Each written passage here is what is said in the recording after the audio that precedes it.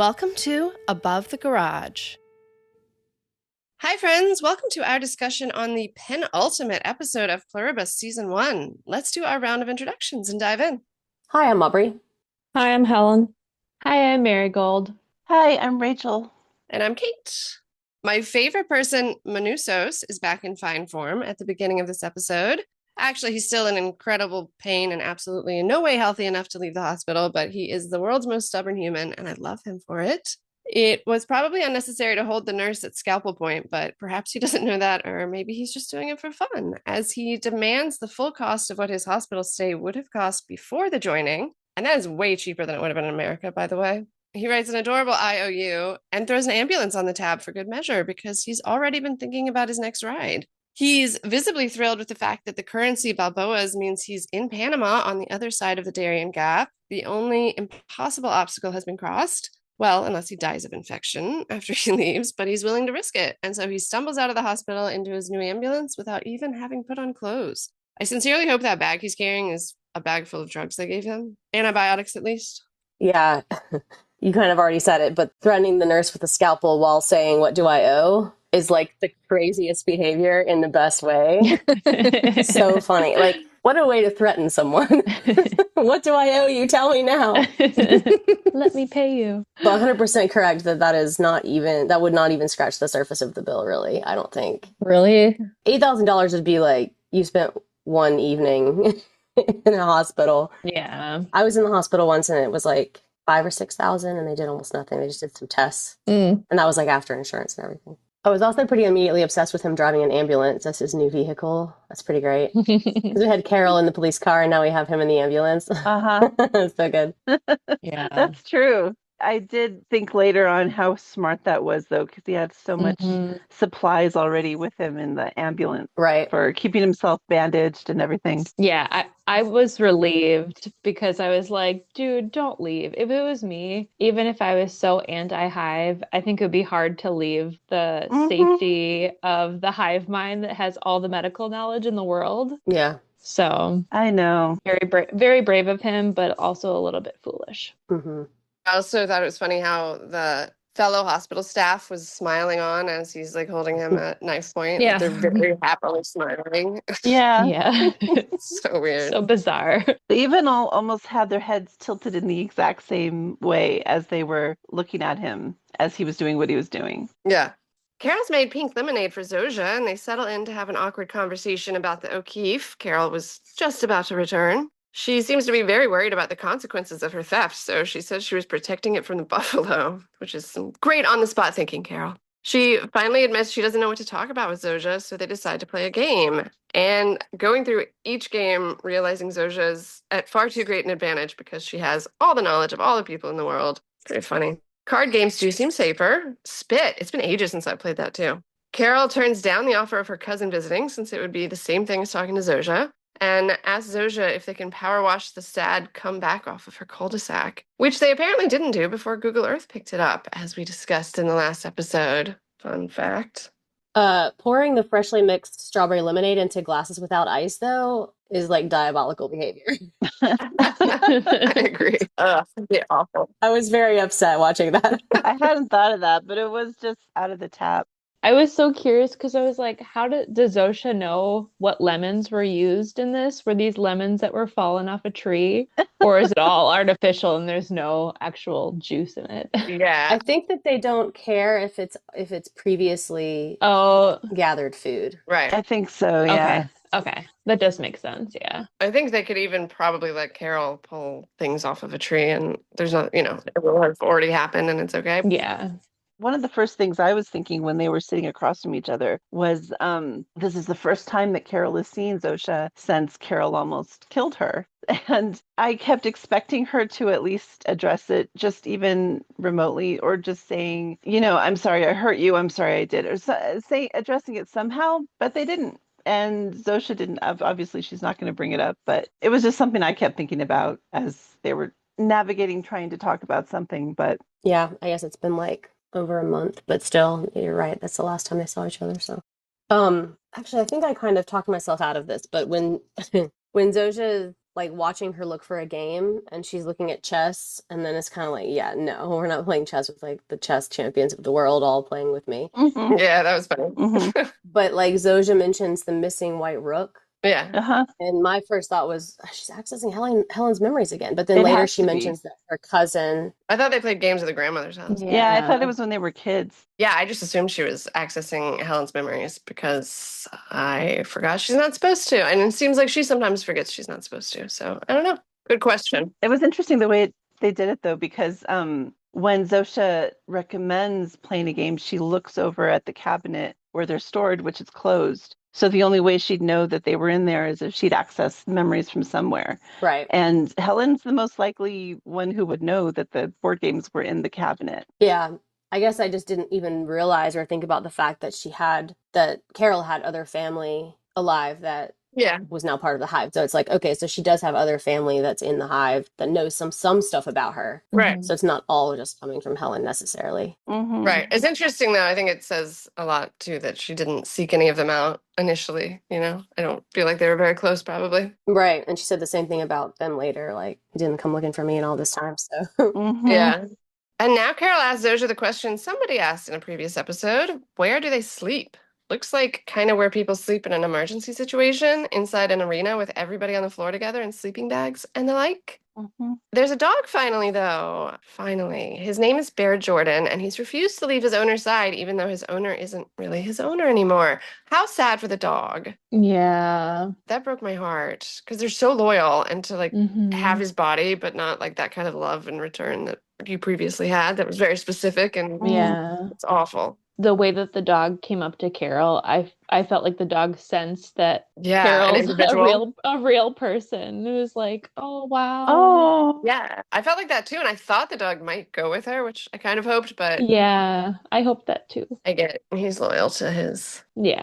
owner. But yeah, that's exactly how it felt. Like he recognized an actual individual in the midst of all these robots. And it was a nice moment for both of them, but it was sad. I get very sad for dogs. And where are the rest of the dogs? I want to see the rest of the dogs. I want to see dogs everywhere.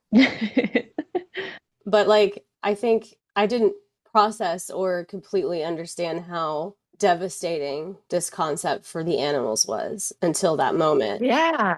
Like we all, Right. obviously we already talked about the animals, but it was just like, oh, their people aren't their people anymore. And Right. they're completely alone with no idea what's going on. No explanation. Yeah. Yeah. Oh, it's heartbreaking. That's always the worst part with animals because you can't explain anything to them. It is. Yeah. Did we have a question along the way watching this show if animals had been affected by the hive mind? Because if we had, this answered it, that they're separate and they're not a part of it. Yeah, we talked about that, especially with the wolves, I think. Yeah. Right. Yeah. Well, and they still like to kill each other. So for that reason, they seem to not be part of the hive also. They're smart enough to try and survive versus the hive who refuses to kill anything. I had been wondering why they were choosing the option. I can understand everybody sleeping in the same place because that's kind of what I was expecting that they were doing. Yeah. But I was wondering why they were choosing the option of just sleeping bags on the floor rather than bunk beds or something that might be more comfortable. They could just put mattresses in there. Why not? Right. They Mhm. exist. You might as well just transfer them. Yeah. Even if they want to do communal, they could still make themselves a little bit more comfortable. But Yeah, because they're still inside of a human shell, you know? They still have to take care of the body they're in. Yeah. Which you see later with the massages, like they still have feeling. Yeah. Yeah. Yeah. But I just maybe, and then I was thinking maybe it's more the body heat, like they were saying they were trying to conserve energy. So maybe like bunk beds wouldn't give them the same effect. I noticed there were some that were kind of like cuddling together. Yeah. She actually noted that on her whiteboard. She noted like Mhm. body heat, cuddling, all of that. So. You're at Cuddle Puddle. Yeah. Oh, that's right. Cuddle puddle. Cuddle puddle, that's right. Yeah, and it kind of reminded me of, or I don't know, I had to think of literal caveman, like living together in a cave because it's more efficient in every way. Right. It's and the communal thing as Mhm. well. So they're like going back to what community was with the, Asian people. Long ago. Right. Yeah, and how much the modern world has people like separated from each other and everyone goes to bed in their own house in their own bed with their own heat. Yeah. So they're like scattered around and they come back to this more natural way of being a community and thinking about not individuality, but the nature and the community. Like that's the priority. So that's why I thought about that. Yeah. Yeah. The only thing I noticed as a local is the outside shot said they were at the Rio Rancho Event Center. So Rio Rancho is our sister city. So it's not actually, they're not actually in Albuquerque at that point. And I was just curious, why would she take her all the way to Rio Rancho? There have to be similar places like that closer by, but that was just my brain. I like that they did like the arena emergency type shelter situation. It gave me like when there's like a natural disaster and people all go to like a shelter situation. I was like, oh, this is kind of like a good analogy of the situation that's going on, like danger. Yeah, it was. And it's sad that she refuses to stay with them at first, and then the next scene you see she's sleeping with them. I was like, oh God, I don't know how lonely I'd have to be to have given in. It would take more months, I think. Yeah. Not gonna lie, I thought that she was gonna be sleeping in her bed with the dog. I thought she took the dog home. Oh my gosh, that'd be so much better. I know, that's what I thought at first, but I was like, oh no, she's there with Zosha. Yeah, I thought she had taken Zosha home. Like she'd gone back in and been like, no. Oh yeah. Get up, you're coming home with me. But no, she is sleeping in the arena for the one night anyway. When they're standing looking down at all the beds, and Carol says at the end of that Matrix movie, talking about the sex scene, the orgy. Yeah. I don't remember those movies well enough to know what that reference is. Do you guys? Oh yeah, I do. Is there an orgy in the Matrix movie? There is an orgy, yeah. They're at the Zion, at the underground city in the machine world, but the people live underground. And there is one scene when they're like, there's first like a rave, and then everyone's fucking, including Neo and what's her name? Trinity. Yeah. Yep. Man, those movies went off the rails, didn't they? And all Carol has to do is say the word. It's pretty funny. That was a great moment. Unless you want us to. Yeah. Like, okay, that's power. It's such a morbid joke too in this context. I don't think she was joking. Yeah, I think she played it off as a joke afterwards. I think that it was a genuine offer myself. Yeah. Probably, yeah. I think so too. But like the way she laughed and stuff, I was like, okay, so she's aware of the fact that it comes off like a joke. You know what I mean? Yeah, right. By watching her reaction. I guess, yeah, you're probably right. That is probably how she figured that out. But like there are a couple times later too where it seems like, anyway, we'll get to that, but it seemed like they were making jokes. She does later. Yeah. She gets much better. She's learning how to joke. Right. Oh, yeah. Yeah, exactly. Yeah, and then Zosha drives her home the next morning, and it feels like, the morning after. It totally did feel that way. Yeah. Yeah. Big date. Except that Zosha's still talking in the stupid weed pronoun that certainly only manages to creep Carol out. Stupid hive, but that's addressed later. Inside, seemingly to help defend herself from this obvious charm offensive, which is the title of the episode, that they're targeting her with, Carol adds a 6th point on her whiteboard listing what she knows about them. Point 6. They eat people, underlined. So it's working a bit, and she's aware of it. But she's also, as we see in the episode, using it to, at this point, she hasn't gathered more information, but I do like that she does manage to gather more information through being, extra friendly with her throughout the episode. Oh, to me, it just felt like a reminder because maybe she did enjoy. That's what this was. Yeah. Yeah. Mm-hmm. But I think she's also maybe trying the route to know thy enemy. So she's also trying a charm offensive on them. Right. To get them better. That's what I thought. Yeah. So it's like she tried to take it by force before when she was using the drugs and she was trying to, force Zosha to tell her something. Now I was seeing it like the charm offensive being Carol trying to use a more natural and friendly approach to extract information from Zosha, which was working. Right. Agreed. So she starts out by hiking with Zosha and telling her something that somehow nobody knows about Carol, that she loves trains. It made me wonder what random things I've never told anyone about me, like unimportant random things. Zosha hesitates, though, before answering Carol's question as to what the train is doing. It's handing out the humans they eat, distributing food. So that's a good reminder, too, to point number 6. You can tell, though, that Zosha is like, don't want to tell her this. This is not going to help my goals here. Like she was aware that she needs to wrap it up Yes. like in a nice way and not say the direct thing. Right. Distribute the food. Mm-hmm. Yeah. One thing that I thought of, because she was talking about how much she loves the sound of, or trains and the sound of train horns, which I do too. But then she said, it's the loneliest sound in the world. And when she said that, what resonated with me was she had become the loneliest person in the world. It seemed to me like the train sound that she was describing as being a lonely sound was symbolic of her as well, and possibly why it resonates so much with her and why she relates to it or something, and why she loves it so much. I also couldn't figure out when she, I can't remember the phrasing now, but the train, the second time you hear the train, then she looks at Zosha and she's like, how are you doing that? Oh, because Zosha made the train sound go. She made them, do the train sound. Oh yeah, like she gave the information for the person who was in the train to. Okay. Got it. Sorry. Because then Carol asked her, how did she do that? And then that's when she explains how they communicate. Yeah. I think my like sci-fi brain was like, is she physically producing the sound by like some like, like I was trying to create some like, because then she talks about not waves, but like I think she does talk about kind of like a radio wave, right? So I was like, that's ridiculous. Well, I thought that too, Aubrey, so don't worry. Oh, really? Okay, well, I feel less dumb then. Yeah, at first I was like, because she mentioned the body's electromagnetic field, and I was like, oh, does that mean that she can control the horn? So Right. Yeah. And then it's like, okay, there are people in the train that she's telling, blow it again. Yeah, got it. Yeah.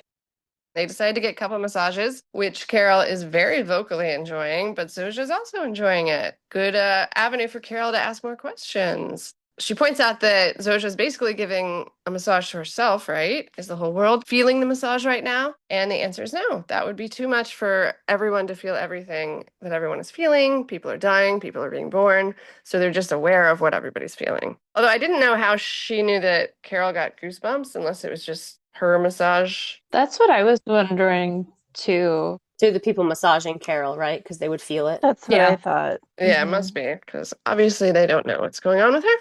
Next scene, she starts getting some really good intel. The star that started this whole mess is called Kepler-22. The planet is called Kepler-23 and may just be one enormous ocean. Sounds like they kind of worship this star-planet combo the way Zosha talks about it, and the aliens that inhabit it. And Zosha says they have to share this gift that they were given by those people to other planets. So much good intel for Carol's whiteboard. Everything she's learned from Zosha, including things we didn't hear, like Kepler-22 is 640 light years from Earth. And also we learned from the whiteboard that they're directing all the power on Earth to build this giant satellite to send the signal to space to spread the virus. She had the sex question on the board somewhere, which I also wonder about. If they're all going to die in 10 years, you wouldn't want to be bringing babies into the world, but do they have natural urges? Anyway, I assume they no longer exist, but I like her whiteboard. It's all the things that I'm thinking about. And she's doing really good at gathering information suddenly by, yes, being nice. And I'm surprised that Zosha is giving so much so quickly. Like, she's not guarded at all, it seems, at this point. Well, I think she's being smarter about it now. She's less aggressive and she's just letting it happen naturally. And because I think it's also appearing like they're just spending time together, getting to know each other, and it's more friendly. And it also appears like Carol might be coming around. So they want to encourage that too. Yeah. So it's very clever, I think, because she's asking natural questions. They're not just questions that come out of nowhere. And she's just logging it all and she's not missing anything. And I was also thinking during the massage scene that was kind of answering questions for the viewer about what happens later when they sleep together, because I would think we're like questions we've had is like, if people have sex, does that mean everybody else is feeling what they're feeling? Or so it's not about the feeling. They don't share what everybody in the world is feeling, but they're aware. They have an awareness of what's going on with everybody. Yeah. And I feel that Carol trying the new tactic, she gets more information, but it's also, as you said, it's like seeming more interested, makes the hive mind open up more. She's not demanding answers and she's not like pissed off all the time about being in the situation that she's in, but she's even when she's calling for the markers, when the marker gives out, and it was the first time ever that she said, could you? Yeah. She didn't call and say, give me that and that, or I want that and that. That was her MO before. And now she's like using polite forms. Yeah, and she calls it a favor instead of like an insistent thing. Yeah, that was nice. Yeah. And also, can I be a nerd for a second? Yes. Do it. Yeah, the star is called Kepler 22 and the planet is called Kepler 22b. Oh, that's right. I'm sorry. Yeah, the planets are called like one ABC but it's the star number and then the planet ABC. So right. Sorry. You are correct. And it was the first exoplanet that was ever discovered. In reality? Yeah. Yeah, in the 90s. Yeah. And it was the Kepler telescope that discovered it. So that's why all the constellations or the star systems are named after the Kepler telescope. That's so interesting. Thank you, Helen. That's fascinating. When Zosha brings Carol the new markers, she seems genuinely excited that Carol is writing again, as it's a sign of happiness and health and, getting on with it and not fighting back.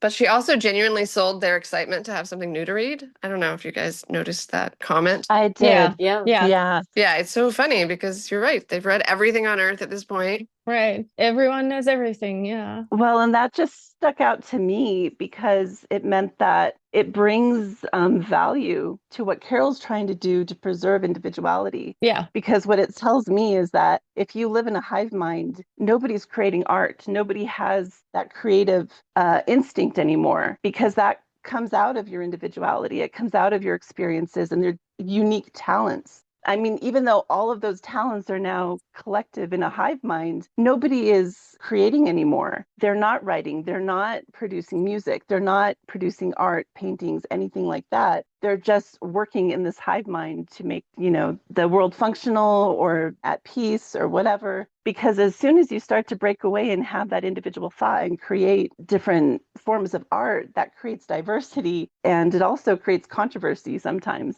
and disrupts that even keel of the hive mind. And I felt like, I don't know if this is what Carol was thinking, because when she goes back to her whiteboard after she gets the markers and she's looking at the notes first for her book, she's considering that kind of for a beat. Like she's just sort of looking at that and she's reassessing it. And I think she's realizing how important it is, what she can bring, like being an individual and having those creative thoughts. And it reinforces, I think, the importance of what she's trying to do to fix it and to reverse it. Yeah, and also just knowing that Zosha did have that flash of like, ooh, excitement about it. It's like, it's almost like a distraction that she can give to the hive mind too now. So they're going to be focusing on her new book instead of on whatever else she's doing. Yeah. And she hadn't considered that they would possibly think that. And she did stumble a bit, but she sold it enough for Zosha to buy it. So. Well, and then you even see later when Zosha's in her bed and she wakes up and looks over at Carol writing and just smiles. Like she's in the room by herself, smiling. Yeah. Because she sees her writing. So I think, you guys are right that they're definitely happy about it and excited to have that. Yeah. So. But to me, it also felt for a second that the encouragement that she heard or the days before opening up to the hive and having human contact again after being alone for 30 days, that being in some kind of community and having people around her, quote unquote people, maybe somehow triggered her wanting to create something because there is someone there to read that. And the excitement is there. So it's also like for her as a writer. For sure. I felt like for a second, having closeness again made her want to create again. Yeah, and you see her excitement about that later too when she's writing the new chapter. So also the fact that she didn't erase the whiteboard originally when she wanted to erase her creative board and then she instead pulled it back for the one behind it. Yeah. I'm kind of like, okay, that's good on multiple levels because now she still has the writing stuff for any of the hive mind people to see in front. And they might not know that she's got a hidden whiteboard behind that with all her research. So if she'd written it on the first one, they might have found it. Yeah.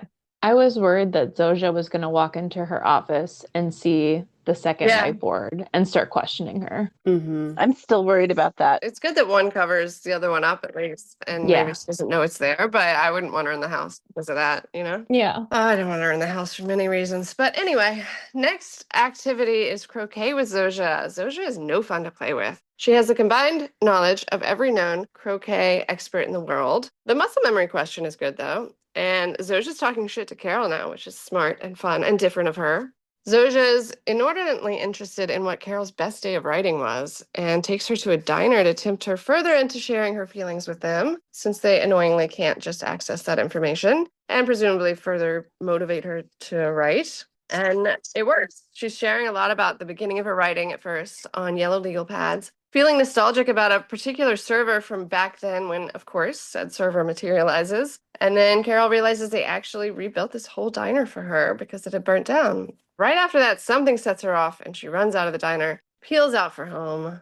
Like you were saying about the shit talking in the croquet scene, they're both playing each other now, right? Because they're both like appealing to what the other wants, the personality that the other one wants. Because I feel like Zosia is being more playful and not adjusting to her character. Sarcastic. Yeah. She has that edge to her now, Yeah. you know, about the way she speaks. And then Carol is being soft. So they're both adjusting to the other, kind of, feels like. Yeah. Yeah, like the giant "you suck" Carol on the Jumbotron. Yeah. It was so fun. Oh, and there was a beautiful shot, I thought, through one of the, I don't know the names for the croquet stuff, but it was like a little red frame where the ball goes through. It's like the goal of for it. Yeah, and the shot is like framing just Carol, like separating her from everything around and Zosia. So Oh, okay. That's cool. I thought it was a genius shot. Yeah. Yeah. They are called wickets, just for the record. I wasn't sure, but I just Googled it. Ah. How do you call them? Wickets? Wickets. Yeah. Oh, that's a cool name. Yeah. I think it's the same name as the Ewok in Star Wars. Wicket. I also love that they opened this restaurant for her, which is a fantasy that I had in the last recording of old restaurants that I could no longer that's right. go to being reopened. I was like, oh, this is fantastic. But then it's kind of horrifying, you know, the reality of it is a little horrifying. It's the reason behind it. A lot of those things keep coming up that we've talked about, and then they immediately address in the next episode, which is funny. I know. It's kind of great. We're like, hey, you know what I wish we could see? And then we see it. Yeah. Where do they live? Oh, okay. Show me a dog. Damn it. Dog. Did you guys understand when Carol suddenly has a change in her mood and she gets up and leaves abruptly and goes home? Did you get a sense of the reason why she did that when it happened? Yeah, I kind of needed her explanation to Zosia afterwards to put that together. I thought that she was starting just to realize that they're manipulating her a bit more. That's how I interpret it. So you had that thought in the moment? Yeah, I think she at first I think she was like, oh, wow, this is really great. And then all of a sudden she was like, oh, wait, this is just them manipulating me still. That's how I took it. Okay. So bringing the big guns to get her to convert. Yeah. Oh, okay. The level of the gesture was pretty wild. Yeah. And really the waitress too, with like dragging the waitress from wherever she came from just to bring her in just for that moment. Yeah, true. To give her that, you know, that sense of, oh, this is exactly like it was when I was here before. And the lengths they had to go to set that up, just hitting her. And then, Yeah, because when she says like, oh, you rebuilt this restaurant for me. Yeah. At first I feel like, you know, that's the sort of thing you're like, oh, how sweet. That's an incredible effort that you took to do this. And then the reality of it is like, oh, actually, that's very creepy that you did that. Yeah. It's like love bombing on steroids. Zosia comes to Carol's home at nighttime. She looks kind of sad and like she's gearing up for something as she gets out of the car. Seems to know that she's in for an unpleasant interaction. And the first topic is the pronoun we. Thank God. All the brains in the world and you can't manage a fucking pronoun. I appreciated that. It's driving me crazy. The way she struggles with it, though, is so hilarious. Oh my God, I know. She can't even say it. Her, like her, she. It's so crazy. And then on to the crux of the matter. Carol knows they're just trying to distract her. They're manipulative. And to the most crucial point in the matter, they're mentally ill, psychotic even, if they're letting themselves die instead of eating a goddamn apple off a tree. And Carol has to stop it, even if they all leave her again. Zosia goes in for the ultimate distraction at this point, tries to kiss her, and I am super bummed to say it works. They sleep together. Zosia wakes up fully unclothed while Carol is typing up an actual chapter of Waikaro. She hands it to Zosia to read, and Zosia's shocked and thrilled that Raban is a woman now. I liked when she asked if she was just going to retcon it, because, you know, retconning is something we often talk about. Yeah. Yeah, Zosia's getting that lingo now, talking the way she's talking to Carol about the book. Yeah. Yeah. Like bringing up the fans lingo, you know? Right. And then they brainstorm some canonically accurate methods instead. The temporal compass is for sure the answer. I would just do gender surgery, but hey, what do I know? When Carol is sitting on the stairs while Zosia's upstairs reading the chapter and she's like, you know, tense, waiting, like what'd she think about it? Like walking up the stairs and kind of looking around the corner. Like that's just so, that's how it feels the second you post anything. It's like, what are you guys doing? Somebody reading it? Feedback. Give me feedback. What you guys think? It was very realistic and Yeah. kind of cute to watch her reacting to that. Yeah.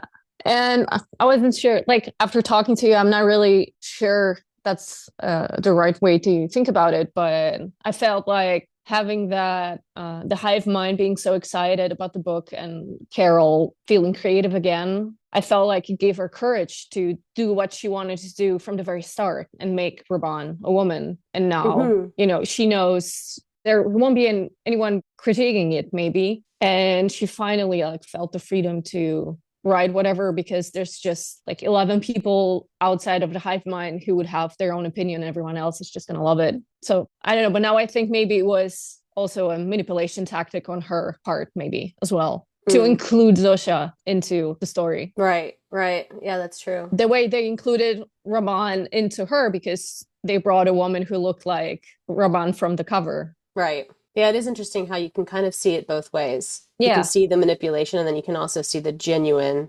desire for companionship and desire for connection that she has. Like you're seeing both at the same time. So it's like, it's a little hard to tell. Which one will it be? Or maybe it's which one's going to both. win? Yeah. Probably both. It's more complicated. It's complicated. It's like there's so much going on in this situation. But when Carol does kiss Zosia, you can tell that's something that, because she had admitted she was attracted to her physicalness.